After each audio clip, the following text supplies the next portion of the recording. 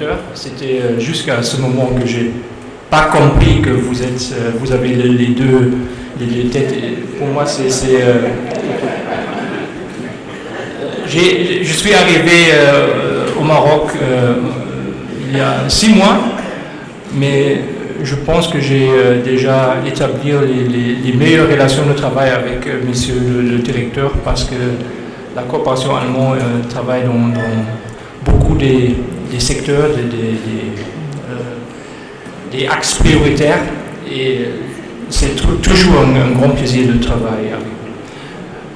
Monsieur le Président, Madame la Directrice Véronica, chers Mesdames et Messieurs, tout d'abord, j'aimerais vous donner les meilleures salutations de la part de Monsieur l'ambassadeur d'Allemagne, Robert Oelger, qui malheureusement ne peut pas venir ici aujourd'hui. Pour moi, personnellement, c'est un grand honneur et plaisir d'être parmi vous aujourd'hui et avoir la possibilité de donner quelques très courts, je promets, très courts mots de bienvenue ce soir. Mesdames et messieurs, nous avons déjà en parlé, le Maroc est l'un des pays du monde le plus confronté au stress hydrique. Il y a une grande différence entre l'offre et la demande d'eau. En 2020, estimé à 1,8 milliard de mètres cubiques par an. Le Maroc est très vulnérable au changement climatique, qui se traduisent par une fréquence des périodes de sécheresse toujours plus intense et plus longue ces dernières décennies.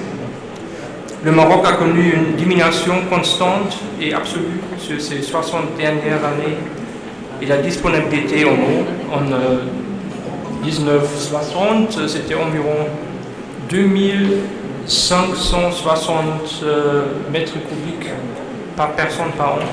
En 2020, environ 620 mètres cubiques. Mesdames et messieurs, l'eau, c'est la vie. Et vu l'importance de l'eau pour le développement économique et social du Maroc, il est important pour nous de coopérer pour rendre la gestion des ressources hydriques plus efficace et résiliente. Parmi d'autres secteurs de coopération, le Royaume du Maroc et l'Allemagne s'engagent à intensifier la coopération pour le renforcement de la résilience des populations particulièrement vulnérables au impact des changements climatiques, ainsi qu'au thème de la gestion de la demande de l'eau. Mais concernant toutes les questions de l'eau, une chose reste importante et peut-être aussi un peu compliquée. La réponse à la crise de l'eau impliquera à tous les secteurs de l'économie, entreprises, consommateurs, agriculteurs, industrie et services.